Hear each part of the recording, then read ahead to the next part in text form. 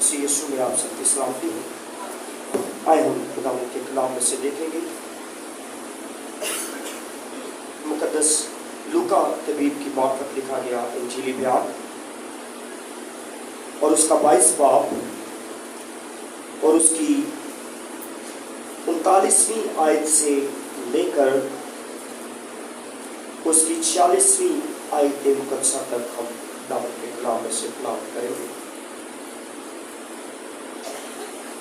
مقدس لوکا طبیب کی معرفت لکھا گیا انجیلی بیان اور اس کا 22 باب اور اس کی 39 سے 46ویں آیت مقدسہ تک، اور کلام اقدس میں لکھا ہے، پھر وہ نکل کر اپنے دستور کے موافق زیتون کے پہاڑ کو گیا اور شاگرد اس کے پیچھے ہو گئے، اور اس جگہ پہنچ کر اس نے ان سے کہا، دعا کرو کہ آزمائش میں نہ پڑو۔ اور وہ ان سے بمشکل الگ ہو کر کوئی پتھر کا ٹپا دے آگے بڑھا اور گھٹنے ٹیک کر یوں دعا کرنے لگا کہ آئے باپ، اگر تو چاہے تو یہ پیالہ مجھ سے ہٹا لے، تو بھی میری مرضی نہیں بلکہ تیری ہی مرضی پوری ہو۔ اور آسمان سے ایک فرشتہ اس کو دکھائی دیا، وہ اسے تقویت دیتا تھا۔ پھر وہ سخت پریشانی میں مبتلا ہو کر اور بھی دل سوزی سے دعا کرنے لگا، اور اس کا پسینہ گویا خون کی بڑی بڑی بوندیں ہو کر زمین پر ٹپکتا تھا۔ جب دعا سے اٹھ کر شاگردوں کے پاس آیا تو انہیں غم کے مارے سوتے پایا، اور ان سے کہا، تم سوتے کیوں ہو؟ اٹھ کر دعا کرو تاکہ آزمائش میں نہ پڑو۔ پاک کلام کے پڑھے اور سنے جانے پر خدا ان کی خاص برکت ہو۔ آمین۔ آپ سب تشریف رکھ سکتے ہیں۔ آج کا جو مضمون ہے ہمارا وہ ہے گتسمنی باغ اور مسیح یسوع کے دکھ۔ گتسمنی باغ اور مسیح یسوع کے دکھ۔ بیٹا آپ اپنی یہ کیپ اتار دو پلیز، ویری گڈ، اوکے۔ گتسمنی باغ اور مسیح یسوع کے دکھ۔ اور آج خداوند ہمارا منجی، ہمارا خدا ہماری نجات کے لیے، ہماری مخلصی کے لیے، ہماری غلامی سے آزادی کے لیے وہ صلیب پر چڑھنے کو بالکل تیار ہے، کیونکہ وہ بھلا جو قربان ہونے کے لیے پالم سنڈے کو یروشلم میں آیا، اب وقت تھا کہ وہ جس مقصد کے لیے اس دنیا میں آیا ہے اس کو پورا کرے۔ ایک شام وہ تھی جب باغ عدن سے بنی نوع انسان کو نکالا گیا۔ ایک شام وہ تھی جب باغ عدن میں سے بنی نوع انسان کو یعنی کہ آدم اور حوا کو نکالا گیا۔ پھر ایک شام وہ تھی کہ جب بنی اسرائیل قوم کو مصر کی غلامی سے نکالا گیا، اور ایک شام آج ہے جب میرا اور آپ کا خداوند میرے اور آپ کے لیے، ہمارے گناہوں کے لیے، پوری دنیا کے گناہ کے لیے جھکا ہے۔ آج ایک شام یہ ہے جب وہ جھکا ہے تاکہ ہم نجات پائیں، تاکہ ہم رہائی پائیں۔ یہ تین شام کل ہم نے زبردست خداوند کا کلام خداوند کی خادمہ سے سنا فسح پر، اور اس کے بعد فسح کے بعد خداوند یسوع مسیح معمول کے مطابق، اس کا مطلب یہ ہوا کہ خداوند یسوع مسیح زیادہ تر گتسمنی باغ میں یا زیتون کے باغ میں جایا کرتے تھے دعا کرنے کے لیے۔ میرے عزیزوں، یہ جگہ گتسمنی لفظ جو ہے یہ ارامی زبان کا لفظ ہے، اور اس کا مطلب ہے کولہو، جہاں پر آئل نکالا جاتا ہو۔ ٹھیک ہے، کولہو اس کا مطلب ہے۔ اس کو زیتون کا کولہو بھی کہا جاتا ہے۔ اور آپ یہ دیکھیں کہ اگر تو کسی بھی چیز کا آئل نکالنا ہوتا ہے تو اس کے بیج کو پیسا جاتا ہے۔ آپ اندازہ لگائیں کہ اب میرے اور آپ کے گناہ کی معافی کے لیے جو لہو نکلنا تھا وہ بھی پیسنے کے لیے کہاں پر گیا؟ ہیلیلویا! میرے اور آپ کے گناہ کی معافی کے لیے جو لہو بہنا ہے وہ بھی پیسنے کے لیے کہاں پر گیا؟ وہ دانا جو زمین میں مر جانا تھا اور پھر اس نے اٹھنا تھا، وہ میرے اور آپ کے لیے زیتون کے باغ کے اندر گیا ہے، اور مقررین فرماتے ہیں کہ یہ زیتون کا باغ جو ہے آج تک موجود ہے، اور اس میں 8 زیتون کے درخت تھے جن کو تقریباً 70 کاف میم کے اندر پھر کاٹ دیا گیا ان 8 درختوں کو، اور اس کے بعد یہ جو ہے یہ رومن کیتھولک جو فادرز ہیں ان کے انڈر ہے یہ سارا جو زیتون کا باغ ہے جہاں پر خداوند یسوع مسیح آج شام دعا کرنے گئے ہیں۔ اور غور طلب بات یہ ہے کہ جب خداوند وہاں گئے ہیں تو یسوع مسیح کے شاگرد بھی ساتھ ہیں، اور بیسکلی 3 شاگردوں کا خاص ذکر ہوا ہے، ایک مقدس پطرس کا، اور زبدی کے دونوں بیٹے یعنی کہ مقدس یوحنا رسول اور مقدس یعقوب رسول، خاص ذکر ان تینوں کا ہے کہ یہ تینوں ساتھ تھے۔ اگر متی کی انجیل کے مطابق اور یوحنا کی انجیل کو پڑھیں، تینوں اناجیل کے اندر اس بات کا ذکر موجود ہے۔